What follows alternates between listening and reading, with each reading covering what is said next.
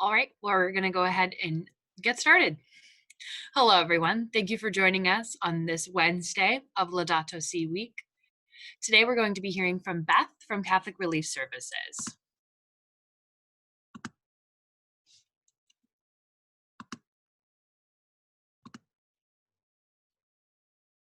Oh, excuse me.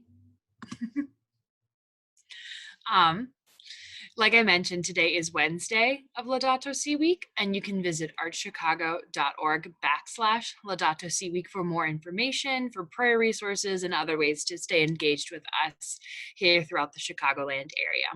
Some notes about Zoom.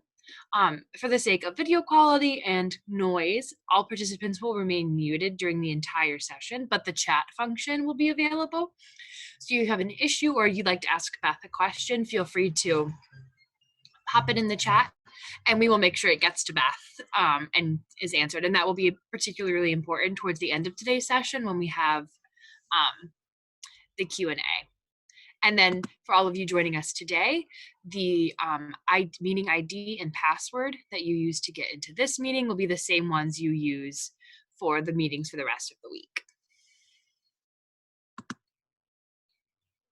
So we're going to start with an opening prayer, and I will be reading some passages from Laudato Si. So if you'd like to kind of just take a moment and take a deep breath.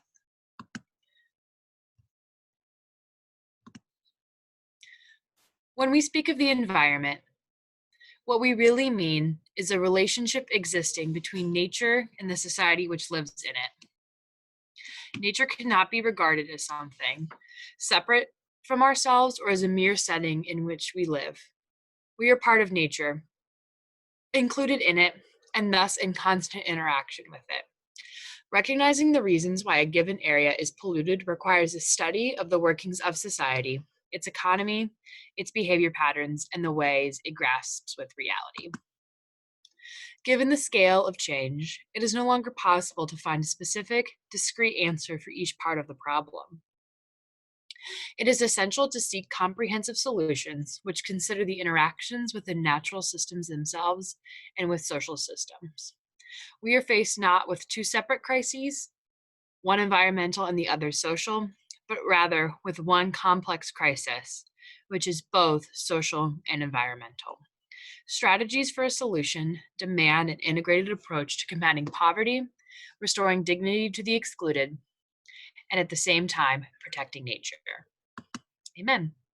All right, it is my honor to introduce our presenter today. Beth serves as a community engagement manager with Catholic Relief Services, working with dioceses and universities to engage Catholics living their faith solidarity with the poor around the world. Prior to working with Catholic Relief Services, Beth served as a campus minister at the Shield Catholic Center at Northwestern University, where she coordinated spirituality programs and international service immersion trips. She earned a Master of Divinity from the Catholic Theological Union in Chicago, and she has a Bachelor of Science degree from Briarcliff University. Beth has traveled extensively and also shares her time writing and speaking about the spiritual life. She is the author of The Party of One, Living Single with Faith, Purpose, and Passion, which was published in 2011, as well as Finding My Voice, A Young Women's Perspective, which was published in 2009. We're looking forward to hearing from you, Beth. Good afternoon, everyone. Thank you, Corinne. I did not expect to see my headshot pop up on the screen, so that was really lovely. Now you all can see what I look like in real life. But it really is a joy to be with all of you, and great to see some familiar names and faces on the screen. Thanks, Corinne, for inviting us to put our name and some affiliation in the chat box, either your school or parish, where you're calling in from. We've got folks from Chicago, from Libertyville, from Oakland, from the Archdiocese. I think I even saw someone from Wisconsin. So please do let us know where you're calling in from. I'll let you know that I've got quite a few opportunities for us this afternoon to engage with one another. So keep that chat box open. Feel free to drop questions in there. But we'll also have a few opportunities just to pause and do some reflection, and we'll use the chat box to do that as well. First, I'm gonna take a moment just to share my screen so we can enjoy some beautiful images during our time together today. All right. As Corinne mentioned, my name is Beth Kenobi. I'm based here in Chicago. I work for Catholic Relief Services nationally. And by way of introduction, I want to share a little bit of a story. It's a story about how I came to be where I am, how I got to this work.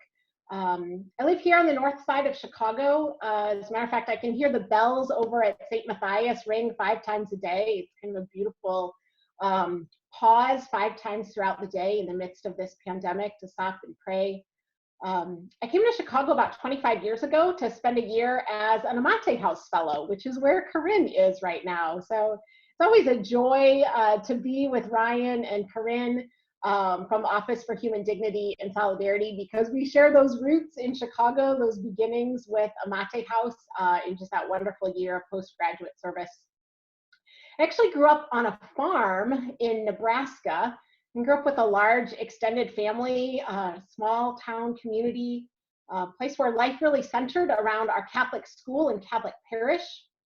And as I talk today about what it means to feed the hungry and how the environment and Pope Francis's work around Laudato Si, the impact that it has on the global poor around the world, I really come to that as a farm girl, as a girl who grew up understanding what it means to tend the land, growing up in a place where feeding the hungry meant running barefoot outside in the summertime to pick strawberries out of the garden, helping my grandma butcher chickens every year in August.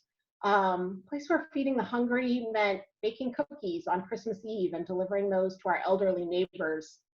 And it was really all these moments of service that took me through my high school and college years in really transformative ways.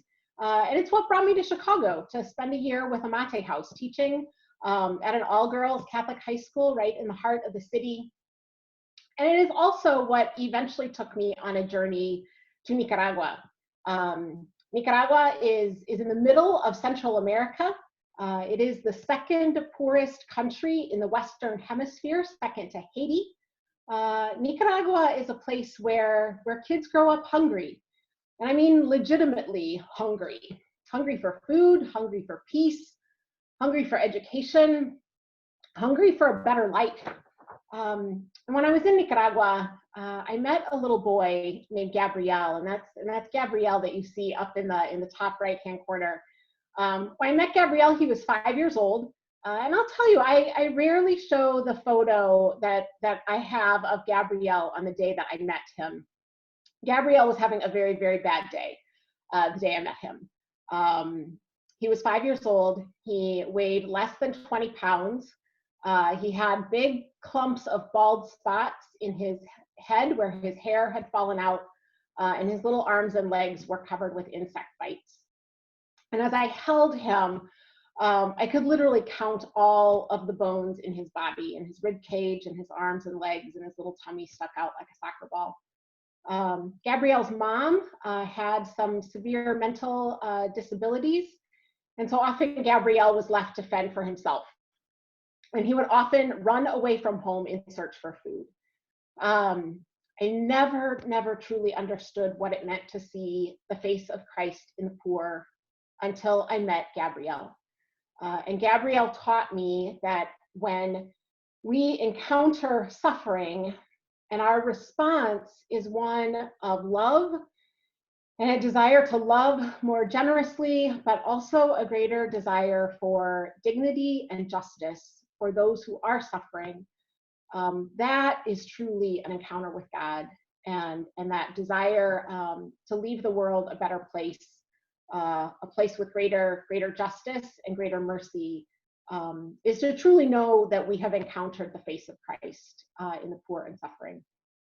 The good news, and that you can see in this beautiful photograph of little Gabrielle, is that through the support of the local Ministry of Health, Gabrielle and his mom were taken in by a local family in their village, who were able to provide a safe home, a dignified home. They were able to ensure that Gabrielle was enrolled in school. And today, Gabrielle is this very rambunctious and spontaneous little boy who still probably has a tendency to wander off from time to time, kind of lost in his own little world. Um, and the bittersweet reality is that Gabrielle's cognitive development, his ability to succeed in school, continues to be significantly delayed because of his stunted growth and the severe malnutrition that he experienced as a young child. And it's something that will follow him for the rest of his life. Our faith calls us not only to feed the poor, to feed the hungry, but to ask, why are people hungry? And I think all of us as missionary disciples are called and invited to ask, how do we use the tools at our disposal to act in not only ways that are charitable, but that are also just? How do we work for both charity and justice in the world to better serve those who are poor and hungry? And it's why I do this work. I think it's why God called me to Nicaragua, to know that both for Gabrielle and all of the little Gabrielles of the world, that we might find ways to create a better world, a place where there's less hunger, no hunger in the world. So what I would like us to do is really just kind of invite us into this first reflection. If you want to open up your chat box and make sure that you're replying to everyone. Don't just reply to me or send a personal message to Corinne. Maybe take a minute to open up that chat box and ask yourself, why are you here? And if you're comfortable doing so, perhaps share a word or two, or maybe a short sentence about why you came to this session today. We've got sessions happening all week for Laudato Si week. But why did you sign up for this session? What are you hoping to learn from our time together today?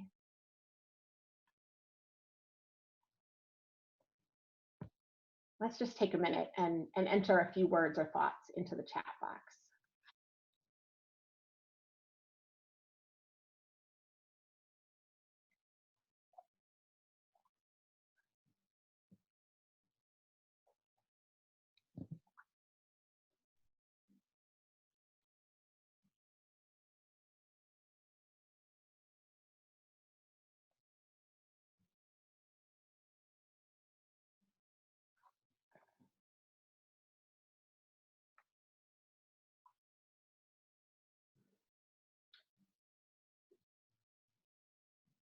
Thanks, Megan. Yeah, definitely a concern about how the rest of the world is weathering the pandemic. I'll give a quick COVID update in a little while. We can talk about how this pandemic is impacting people who are hungry. Father Ed, I feel like you and I are often on the same page, the sense of interconnectedness, that will come up today as well.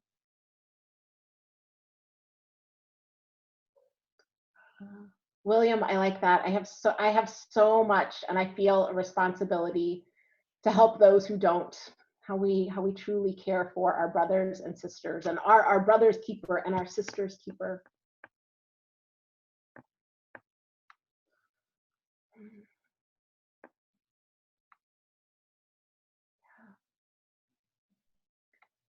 Thanks, everyone. Seeing a lot about connection, the connection to poverty, to climate, to hunger.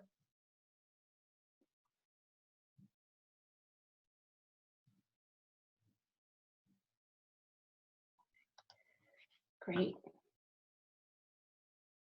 Ways to incorporate Laudato Si. Great. Thanks, everyone, for taking a minute to share some of what has brought you here today. So I want to really start with kind of a broad overview of this issue of hunger and malnutrition. When we look at the root causes of hunger and malnutrition worldwide, some of the greatest contributors of hunger include violence, both large-scale violence like war, but also domestic violence, and how mothers and fathers relate to one another in the home can be a contributor to hunger in the home. Obviously, poverty is another leading cause of hunger, as well as climate and natural disaster. So it's really only appropriate that in light of the issue of global hunger during Laudato Si week, I'll share a little bit about what Pope Francis has to say about this connection between poverty, climate, and hunger. We'll talk about how all of those are related. But in thinking about really the scope of this issue, it is really quite vast. 1 in 9 people around the world suffer from hunger. We know this is an issue both here in our communities, but also around the world. And hunger is something that's not only devastating in and of itself, but it compounds itself. When I think about the story of Gabrielle, malnutrition is something that causes children to not develop properly, and then makes people susceptible to illness, keeping kids from being able to concentrate in school. It is as true here in the United States as it is for children all around the world. And sometimes the issue is not just accessing food, but specifically accessing nutritious food. Nearly 3 million children die each year from preventable causes because they are malnourished. And then finally, 149 million children will face developmental challenges due to malnutrition. It's more than twice the number of children in the United States.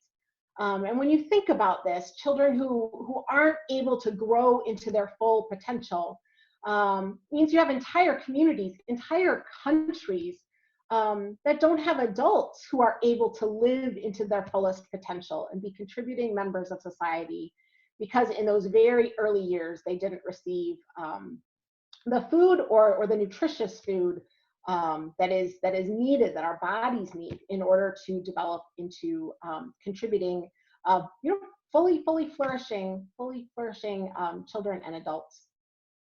So, in light of Laudato Si, I wanted to really take kind of a closer look at a couple of these contributing issues, the issues that contribute to hunger worldwide. The first one I want to talk about is water.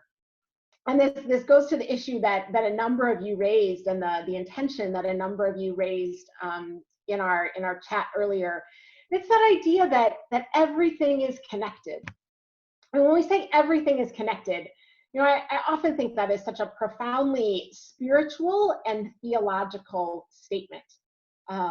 It's a reminder that we are all one human family, that each and every one of us, whether we are satisfied with what we have or don't have enough, each one of us is made in God's image and is worthy of dignity and worth because we are made in God's image. And there's a ripple effect to everything that we do. And that ripple effect, I think water is just such a great example of this.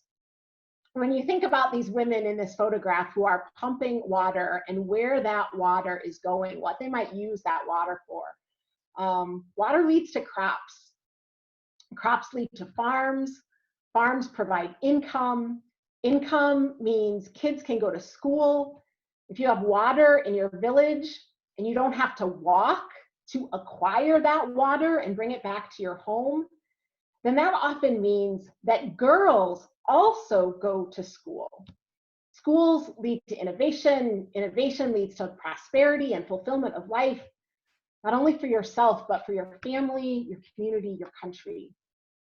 Water is just a great example of how everything is connected. In Laudato Si, in paragraphs, if you read right around paragraphs 20, 29, and 30, Pope Francis reminds us also that diseases like dysentery and cholera are directly linked to inadequate hygiene and water supply, and ultimately are a cause of great suffering and also of significant infant mortality. He also says this, he says, access to safe drinkable water is a basic human universal right, since it is essential to human survival. Our world has a grave social debt towards the poor who lack access to drinking water because they are denied the right to life consistent with their inalienable dignity. This debt can be paid partly by an increase in providing clean water and sanitary services among the poor. It is integrally connected. And as Pope Francis so well offers us this hope, it is something that we know we can do something about. And earlier in Laudato Si, Pope Francis talks about global warming.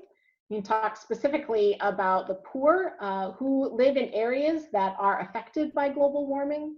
You know, when I think about people who are hungry and the reasons they're hungry, I think in a particular way, when we look at the impact of global warming and what it has meant for climate impacts and climate events around our planet, I think it's one of the places where the poor have carried the burden of climate change most heavily.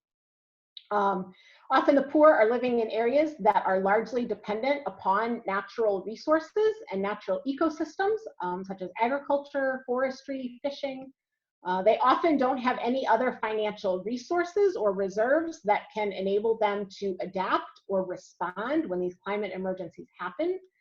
And those climate emergencies look like lots of different things, like weather patterns and severe rainfall, heat waves, droughts, fires, storms, floods.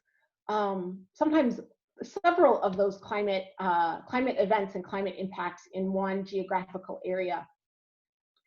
Part of the work that we do at CRS is to really work with local communities to respond to these kind of global emergencies.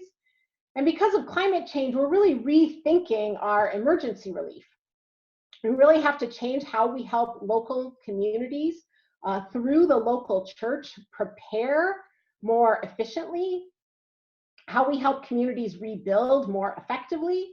And that also includes helping people feed their families and really consider how you help a community rebuild, not just rebuild structures, but how you help them rebuild livelihoods.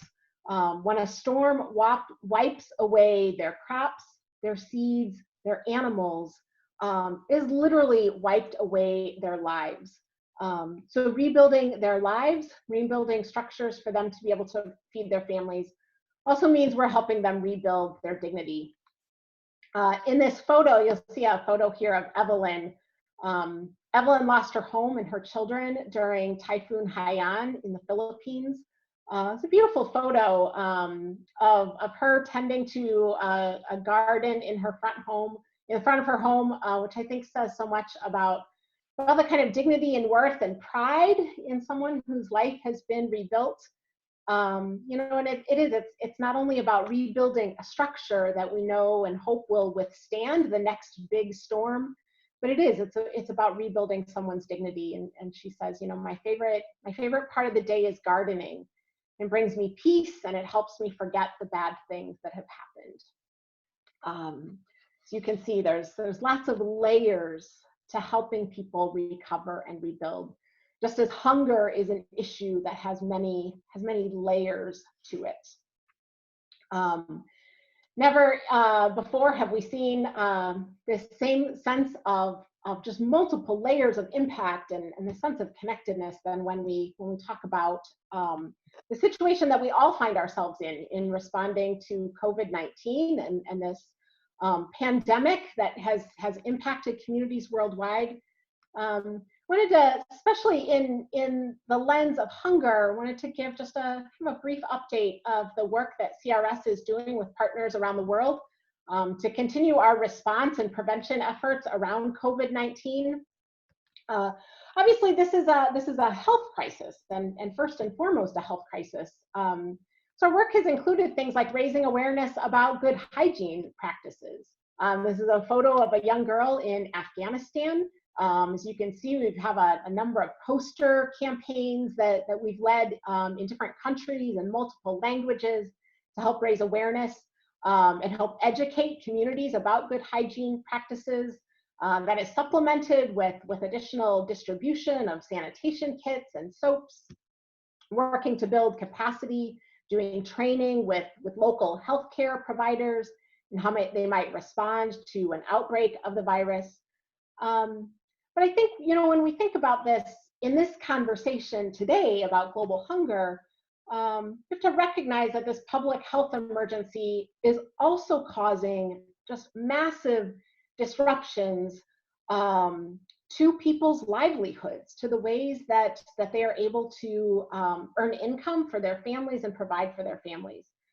Often, in places that are already in very tenuous situations, the coronavirus is threatening people's limited access to food, education, their ability to work.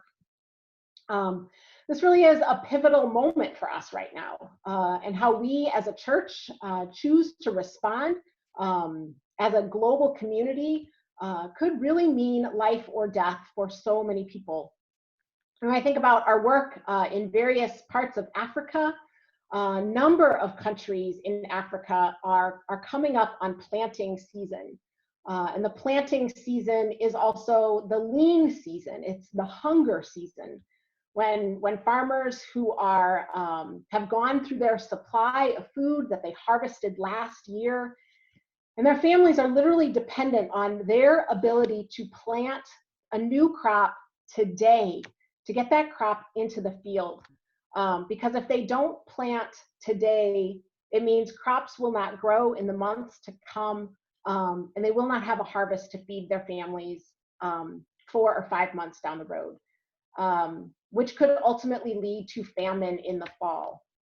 So knowing that the work that we're doing as a church to respond to this health crisis is also one that we're doing because we know it could lead to an incredible food crisis. And so what we do to ensure the safety of our staff, our partners, our beneficiaries in light of the health crisis is really in support of ensuring that people have something to eat in order to feed their families. Maybe a little more directly when we think about the food crisis. I think this is an example where we can really think about our own communities in the United States as well. We know in our own country that unemployment has skyrocketed. I think in a very just really tense way of recognized that there's so many children in our own country who depend on going to school each day, not only for school, but it's the place where they get a hot breakfast or a free lunch. And with schools and businesses closing, we've really put families and children especially in a very precarious situation. Worldwide, we are seeing this, that school closures are contributing to increasing food insecurity. Something like 1.5 billion children are currently out of school because of coronavirus restrictions. And I think this is especially felt in developing countries. Millions of children in developing countries receive their only meal a day through programs like the US Department of Agriculture's McGovern-Dole Food for Education program. Some of you, if your communities participate in CRS Rice Bowl, might remember the little girl who's on the left, Maria Ana. Maria Ana is from Honduras, and her story was featured in Rice Bowl. I see Ryan smiling because Ryan remembers our colleague Olga from Honduras, who works directly with this program, came to Chicago back in February and talked to a number of parish communities, school communities. I'm sure Ryan can link you to the interview that we did. A number of the radio programs had Olga on the radio programs.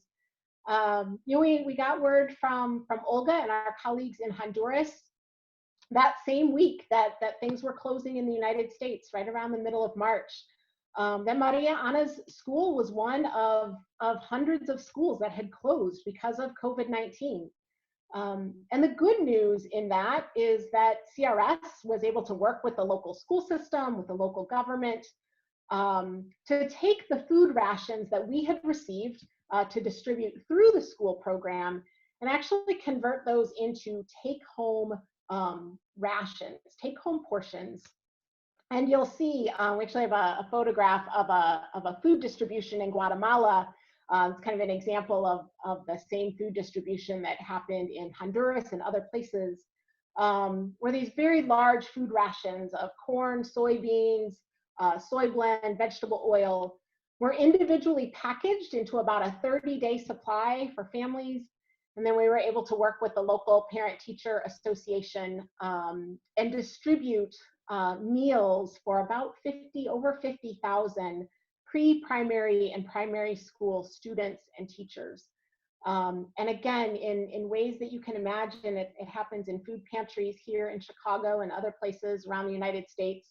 Set up very safe distribution where staff created kind of this guide to set up, sent out video messages or audio messages, included hand washing stations, sanitation protocols, kind of a staged setup so that you wouldn't get large conglomerations of people during distribution, how to form safe lines. I literally think they've got hula hoops on the sidewalk there as ways of ensuring people are standing 6 feet apart. So a difficult time for all of us around the world, one that I think helps us realize our dependence on one another, but also this deep sense of connection that we have with one another in going through this pandemic. I want to pause here for just a minute because I know I've been talking a lot, I've been throwing a lot of information at you. I know some of you have probably read some information from CRS before. Perhaps some of you are working locally around issues of local hunger. I want to draw your attention to the chat box one more time. And maybe let's just pause. And if there's something that you learned, something that surprised you, a question that you have, why don't we just take a minute and allow people a chance to add a couple of words to the chat box if there's something that surprised you, something you learned, a question that you have.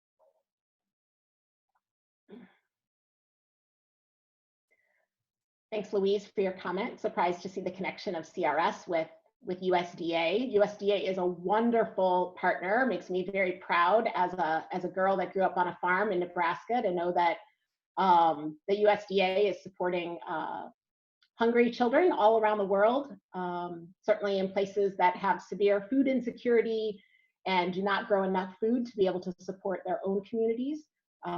USDA both provides the commodities, but they also provide funding for us to do long-term development with these communities and helping farmers look at their farming techniques, look at the kind of crops that they're able to grow, and ultimately grow local crops that get literally fed into these school feeding programs, with the hope that one day that those programs will be self-sustaining within the country and they won't be dependent on outside food sources. Yeah, Corinne, you're right. The numbers are absolutely astounding. Father Ed, we'll come back to your question about local food insecurity. We can come back to that later.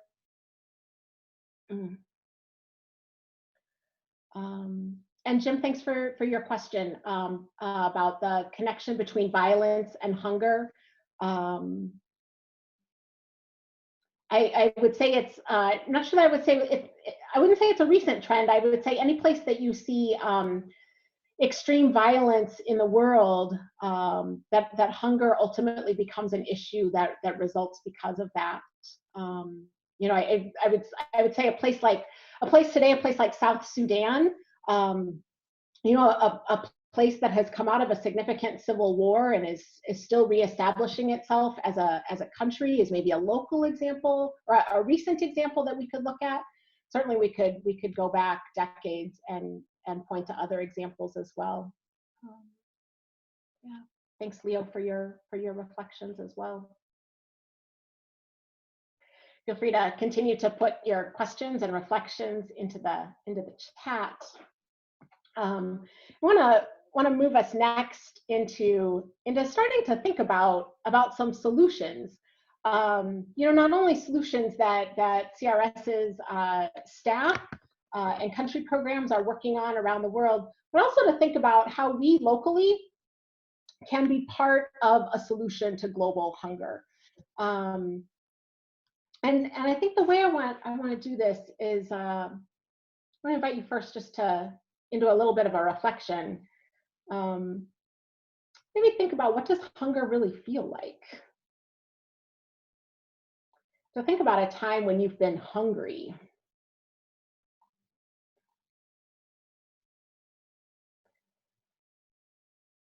Or think about a time when someone you care about has been hungry.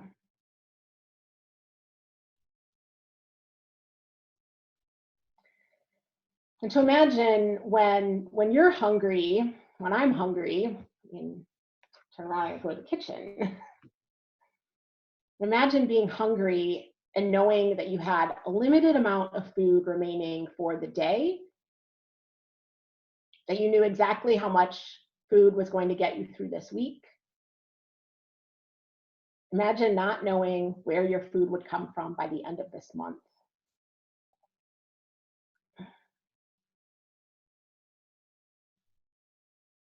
And imagine skipping a meal so that your children could eat today.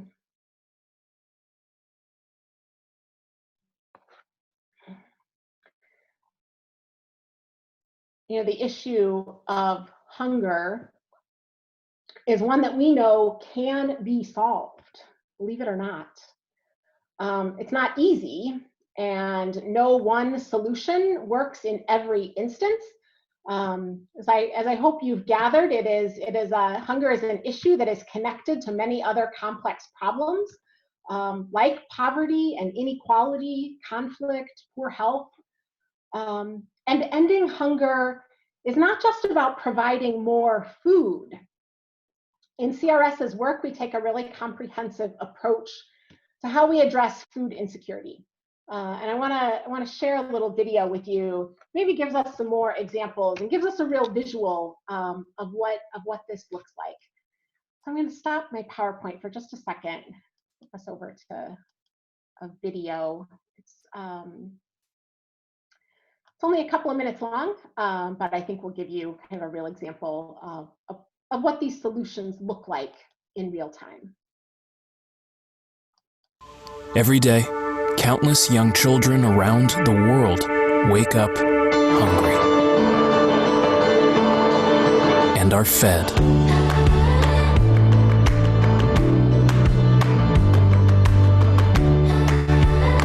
Communities prone to droughts, floods, or other severe weather events now thrive.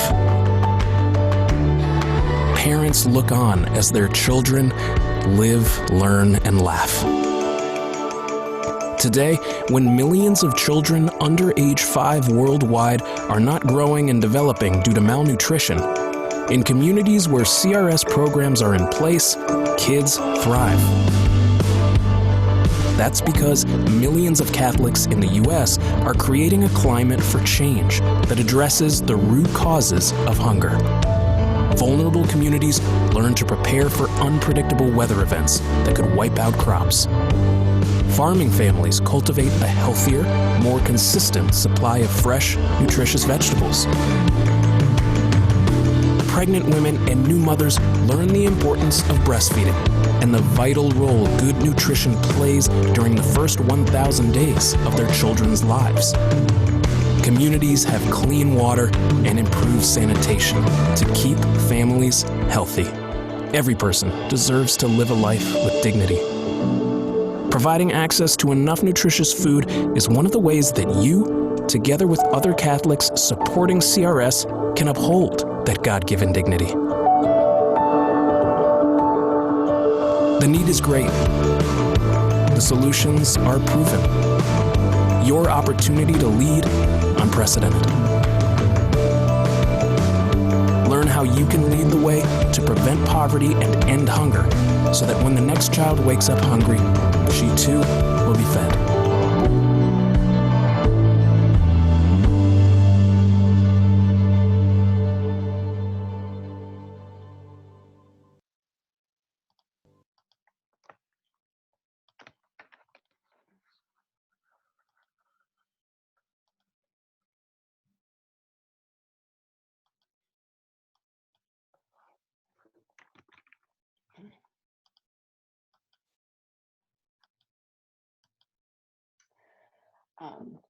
So just to highlight a couple of things from the video, CRS has been working around the world in a variety of ways to address the issue of hunger.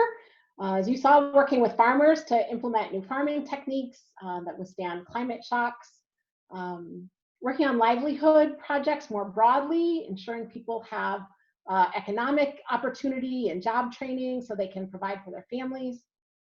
This focus on early childhood development and ensuring that parents are educated about good nutrition for themselves, for their children, breastfeeding techniques, all of those things that help ensure health, good health and nutrition in that first 1,000 days of life.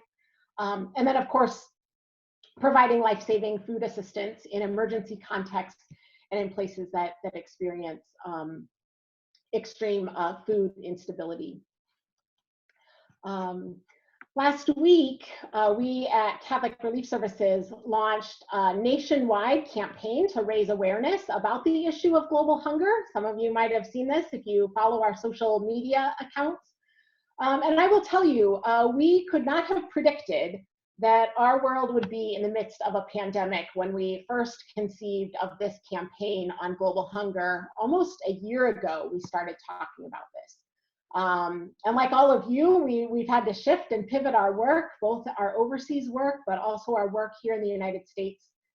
Our president and CEO, Sean Callahan, has given a number of addresses recently and has reiterated over and over again just the urgency of this moment.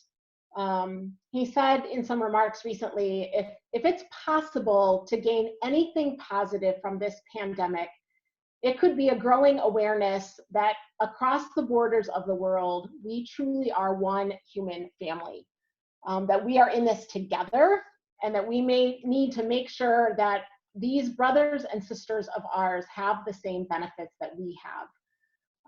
He goes on to say that if people in the so-called developing world continue to be denied access to adequate health services, food, and economic security, these different kinds of pandemics are going to spread. We know that from experience.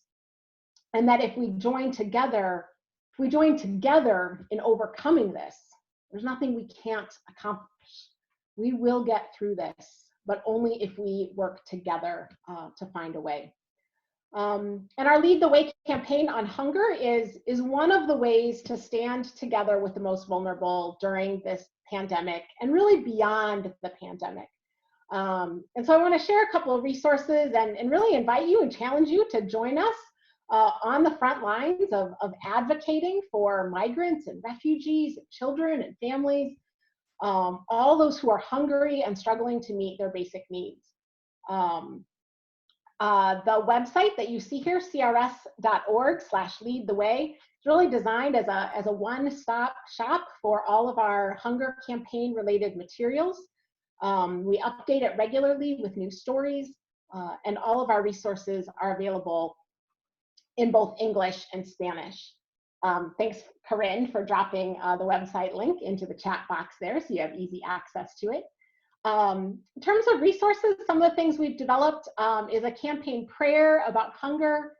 There's also a more extensive prayer service that includes stories, readings from scripture and tradition, a couple of action activities, something that you might think about, using with your faith communities, even if there's times where you're gathering in these virtual times. If you have a Bible study or a faith sharing group, or the parish council is getting together, think about using some of these prayer resources.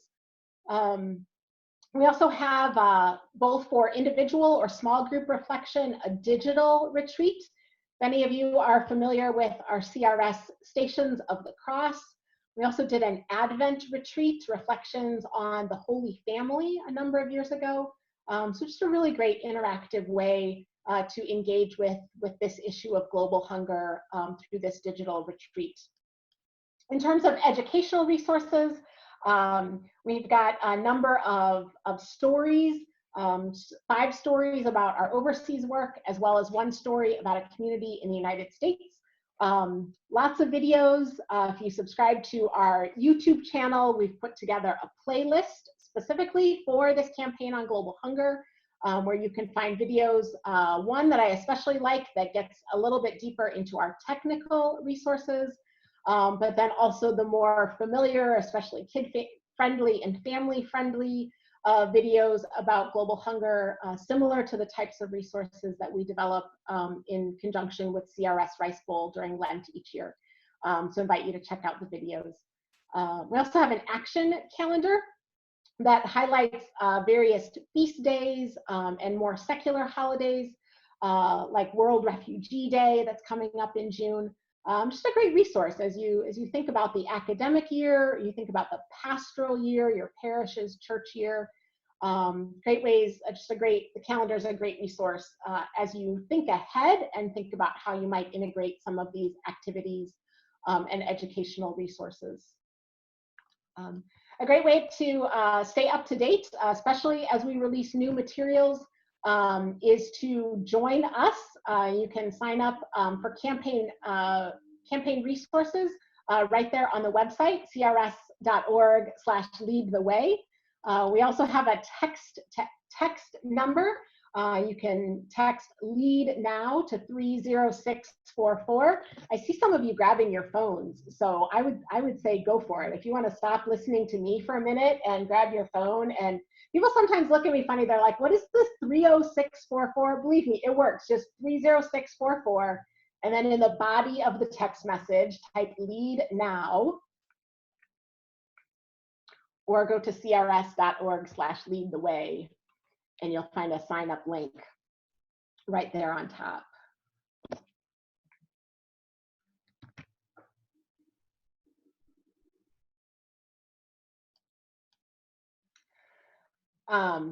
Ultimately, when you sign up, we're sending a lot of resources, really inviting people, again, challenging people to join us in different ways of advocacy, community giving. We've got this action toolkit that gives you step-by-step instructions, both for how to join us, but also how to invite your communities to do this as well. We've got some really inspirational resources to get people started. Again, if you follow our social media channels, you'll know that we are in the middle of 9 days of prayer and action. And we designed these prayers and actions to coincide with Laudato Si Week. I was online yesterday. I took the quiz. I did not get 100%, so I hope you all can do better than me. And supposedly we're the experts here. They tricked me on one question, but it's a really short 5-question quiz. Just some really inspiring things, ways you can pray with your family, plant a seed. Rethink how the environment impacts those who are poor and hungry around the world, and how you might participate in bringing an end to that. And the week ends with this wonderful day of prayer, moment of prayer this coming Sunday, 12 noon local time, wherever you are in the world. This shared moment of prayer is really intended to engage individuals, families, communities. The prayer is offered in many languages, and is actually based on our Lead the Way on Hunger prayer. So we hope that all of you will participate in that and join in that. And then finally, I just want to add a couple more points before we open this up to some larger Q&A. I just want to say that all of this work and this goal of ending global hunger really is possible, and it is possible and within reach because of each of you. As part of this campaign as part of CRS's larger strategy, we've really been talking about what it means to create a movement and really inviting Catholic communities to help us lead the way by building this movement of missionary disciples who are committed to helping all people around the world reach their full God-given human potential, to be able to live in just and peaceful societies that respect the dignity and life of every person, as well as the integrity of creation in all of it. You know, I shared a lot of resources with you that you are welcome to download and use in your individual communities. But I also want to offer one other way. If this is an issue that you are passionate about, if our brothers and sisters around the world are people that you are deeply committed to creating sustainable and transformational change for, perhaps you want to take your commitment a little bit deeper. And the other way that we have invited people to help us build this movement is by actually coming together in groups that we're calling our CRS chapters, people who are inspired by these campaign issues and campaign actions to work together. This is a picture of our CRS chapter in Atlanta that started last fall. Our CRS chapters are normally anywhere from 5 to 25 people who come together to build community, to learn about the issues, and then take action, doing things like holding a group fundraiser, joining together to pass key legislation. Some of our chapters are based in parishes. Some of them are hosted by a group of parishes. We have about 18 chapters around the country, including 2 here in Chicago. We have a group of downtown professionals that come from a number of parishes. They meet conveniently, just meet at Old St. Pat's in the West Loop. We also have a group of parishioners from both Old St. Mary's and St. James in the South Loop who've also teamed together to form a CRS chapter. Our chapters have done all sorts of things, organizing legislative visits, letter writing campaigns to their senators and congressional representatives. They've published letters to the editor in local newspapers, and are really thinking creatively about how to bring the stories of CRS to life in their local communities. You know, we are always looking for new volunteers, people who want to work with us to launch a CRS chapter in their parish or in your local community. We are here for you. We have an extensive training that we provide. We have monthly conference calls where all of our chapters across the country come together to learn from CRS experts around the world. And all of our trainings and conference calls, all of our resources are able to be done virtually, and they're available in both English and Spanish.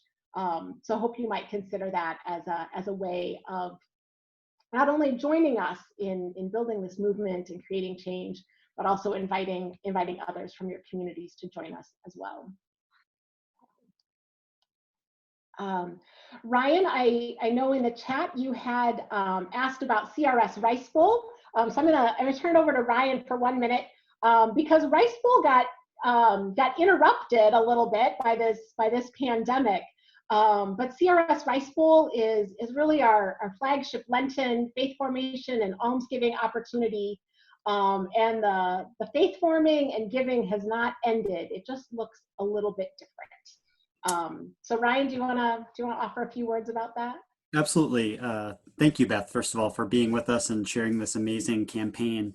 But yeah, just as you said, obviously this is an extraordinary time, and we really don't know how the CRS Rice Bowl proceeds are going to look this year. A lot of parishes that have been steadfast in participating clearly were not able to do their typical collection. And so we just want to emphasize that, as Beth said, Rice Bowl is one of the great ways that we have to connect local with global. A couple people asked about local organizations and local efforts that are addressing hunger in our own community. Well, CRS Rice Bowl is a great way to link those two together. It's a program that through the almsgiving that we do, 75% of the funds collected go to CRS programs like the one supporting Maria Ana and Honduras and other places around the world, many of which dealing with hunger issues. But 25% of those proceeds stay in our own archdiocese and go to some really fantastic organizations that are doing the same type of work but are serving our own communities. One of the things I'm very, very proud of is that here in Chicago, we have over 40 Rice Bowl grantees in every vicariate of our archdiocese, from as far north as Waukegan area all the way down to St. Irenaeus, about as far south into Cook County as you can go, and everywhere in between. And we know that these are organizations that critically rely on these funds. We had a wonderful gathering, actually. Beth mentioned that Olga was able to join us before the start of Lent. She came and spoke to our grantees. She spoke about how life-giving it was for her to meet some of her brothers and sisters that are doing this critical work in a different context. But what also stood out to me was how many people shared during that gathering how much those Rice Bowl grants can make a huge difference in the work that they do. And these are not huge grants. They range from maybe $1,000 up to $5,000, but every single dollar is used with a lot of intentionality and really go to people who need it. So actually, I will share my screen here real quick, and if I can find the one I'm looking for. Let's see here. Here we go. So this is the CRS Rice Bowl webpage, and obviously everything is updated to the Easter season. But I just want to point out the give page is right here. Very easy to give. There's multiple ways you can give by phone. There's an 800 number here, 877-435-7277. You can give your Rice Bowl proceeds by mail to the P.O. Box in Baltimore. And then there's also a way to give online. And again, that's the easiest way is to give directly to CRS, and then 25% of those funds will come back to the Archdiocese of Chicago for those grants. So just wanted to share that. But I think I'll hand it back over to Beth and see if there's any other questions.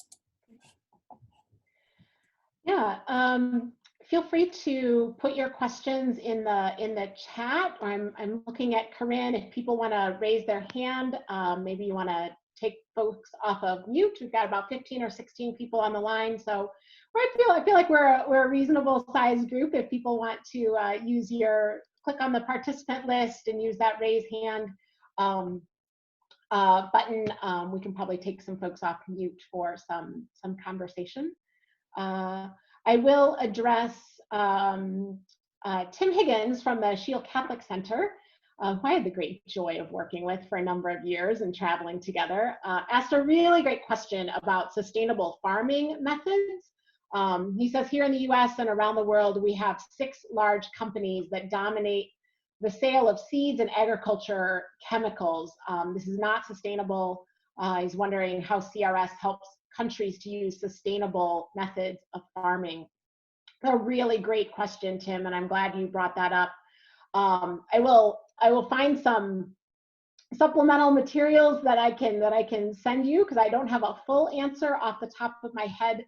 But the one example that really comes to mind is a lot of our watershed management work and land preservation work, really using natural ways of capturing water, things like land terracing in places where we've seen a lot of erosion and runoff.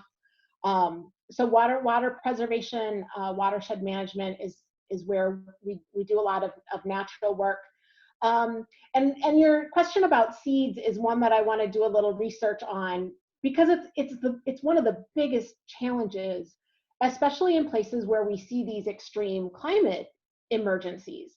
So you think about a community who really lives year to year. They plant, and then when they harvest, they save some of their harvest as seed for the next year, but they also have to save to feed their families. And what will happen in the hunger season, in that lean season, if there is an extreme event, extreme drought, fire, flood, farmers are often at risk of losing their seed, because they may have to eat through what they've saved for seed because they have no other food source, or if they have some kind of issue with storage, like if their food storage has been corrupted because of insects, or because of a flooding has destroyed whatever kind of food storage they have. Part of what we do is really give farmers an opportunity to get a new start. And we host what's called a seed fair. So you're literally giving farmers seed to plant again for the first time. And really, again, it's complex. There's this cycle to it, and how do you help farmers plant enough so that they have enough to eat and enough to set aside. But also some of our work is working in food storage. Tim will appreciate this as someone who's at a university. Purdue University in Indiana is one of our best partners on food storage and a lot of the agriculture methods that we do. So thanks, Tim, for that question.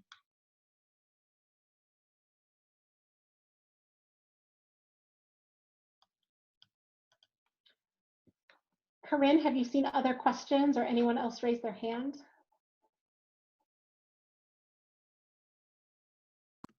There are no other questions in the chat, but I believe that everyone should have the ability to unmute themselves if they have a particular question, since we have a smaller group here. If you have a question that you would like to vocally ask Beth, you're able to unmute yourself and ask the question now. And then in addition to the CRS webpage that Ryan showed, I put a link to the CRS Rice Bowl grantee list that our office works with in the chat. So if you're interested in learning more about the particular organizations that receive Rice Bowl grants, many of whom right now are continuing to do the important work of supporting their brothers and sisters in Christ, you can go to that website, and at the very bottom there is a map of all of them, and you can click on all of those names to learn more information and various ways to support them.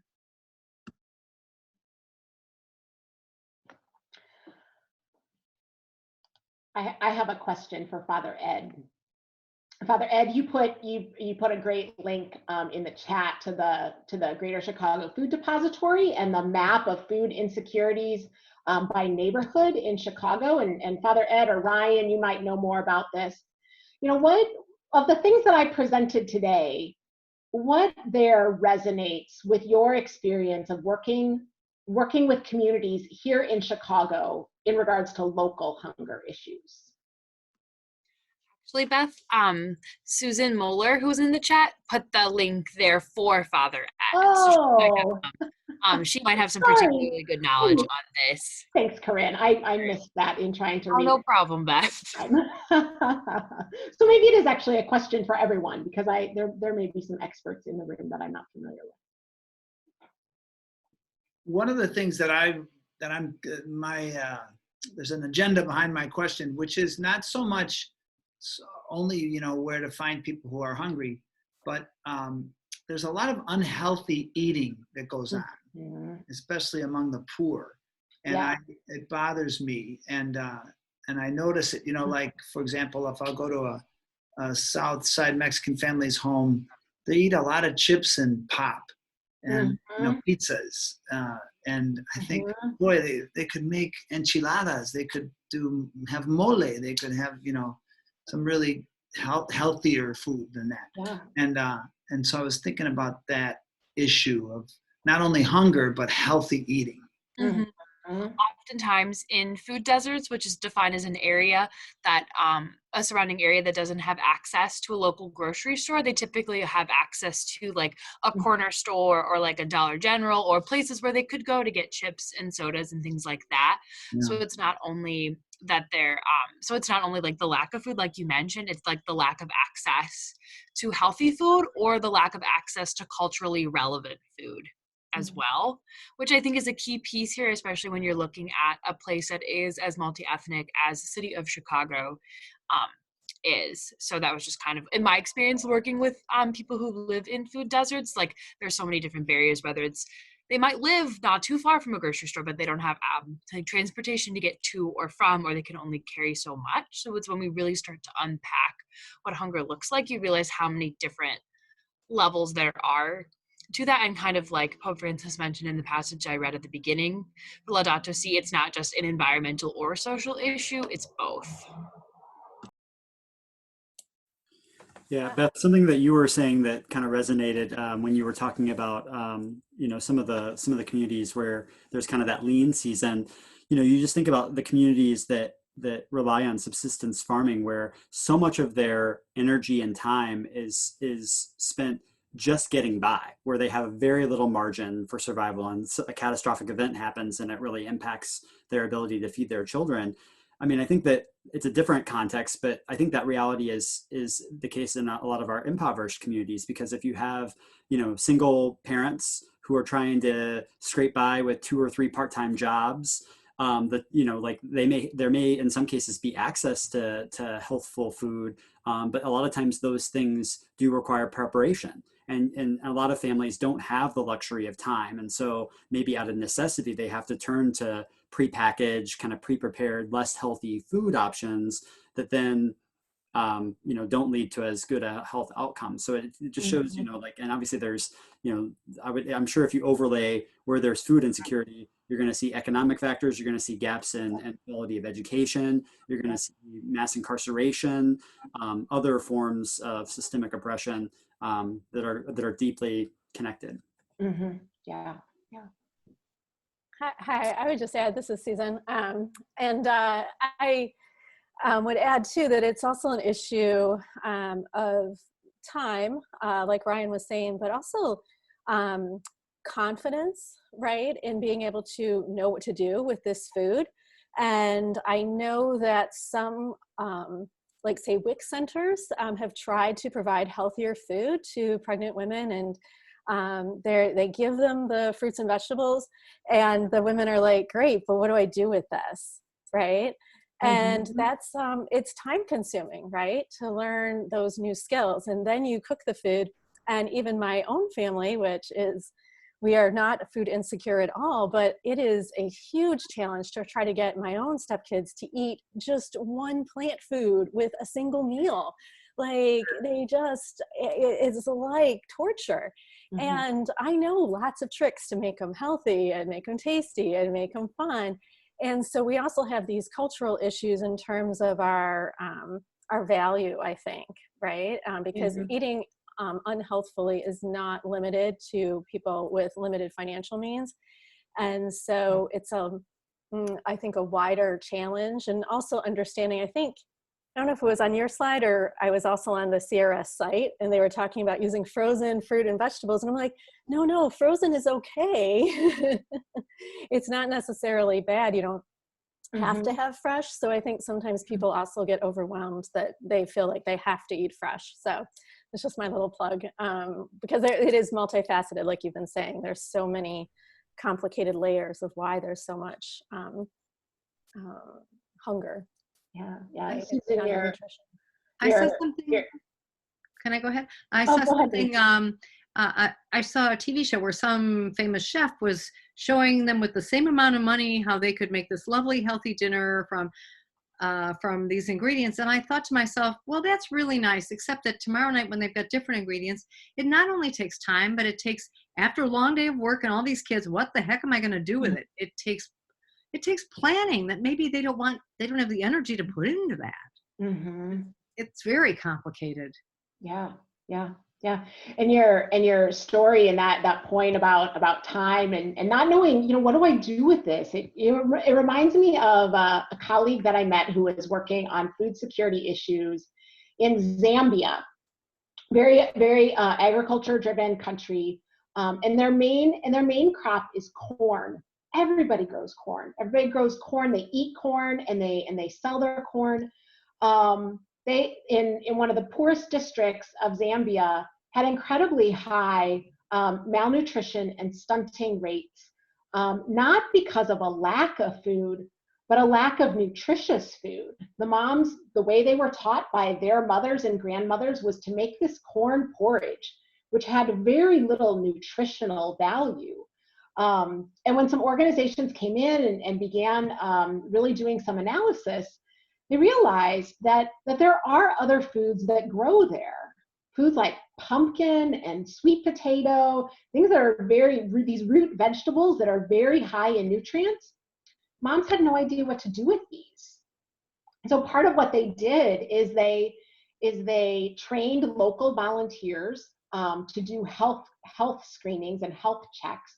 So you had kind of this mother-to-mother accountability and training, but they also instituted community cooking classes where they would invite groups of women to come together and learn how to make new meals, and bring your kids and let's see if the kids like it. And what's really interesting is I think about a colleague of mine out in Baltimore. She is part of a group of volunteers that work with kids that live in the heart of some of the poorest neighborhoods in Baltimore. And they have backyard community gardens on the backside of some of their schools. And you know what they do after school? They do cooking classes. And it's just, I think about how far apart, Chicago and Baltimore feels from Zambia. And at the end of the day, sometimes the issues are very similar, and sometimes the solutions are very similar. They probably look very different in a cultural context, cooking in an American kitchen versus cooking over a fire outside of adobe mud homes in rural Zambia. But I think it's that reminder that these issues connect us in ways that are very deep and very profound. Yeah, as you were sharing that reminded me, there is one of our CRS Rice Bowl grantees is called Just Roots Chicago, and they basically are working in communities where there is a lack of urban agricultural opportunities. They have a community CSA that's growing year after year, and they do a lot of education. So they do practical, like, what do I do with kohlrabi? What do I do with kale? It's part of it is having a deeper connection to the earth, which, in a city like Chicago, we think of there being so much bounteous parkland. Well, when you look at where green space is allocated, some of our communities are very abundant in some of those, and others don't have that. So part of it is reconnecting people to the earth in a very practical way, but then also equipping them with some of those skills to give them opportunities to be able to know how to utilize these fresh fruits and vegetables.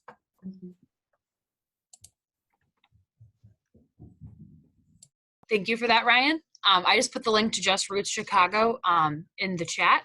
So if you want to go visit and learn more about the work that they do, I'm not sure currently what their plans are due to COVID-19, but I know it's possible to bring volunteer groups top of the farm. They also do farming tours.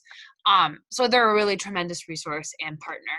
And to be cognizant of time, I will start to begin to wrap this up. I just want to give one more round of thank yous to Beth, our partner from CRS, for coming and sharing about their Leading the Way global campaign this morning. Thank you for sharing your wisdom, Beth. And thank you to everyone else for attending our Wednesday session of Laudato Si Week.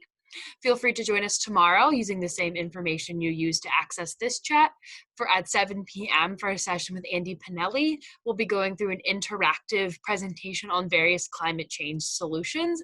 I've not yet attended the presentation, but from everyone who has, I've heard it's quite tremendous. As always, if you have any questions about Laudato Si Week, please email me at cowoodruff, COWOODRUFF @archchicago.org. All right. Thank you all, and God bless.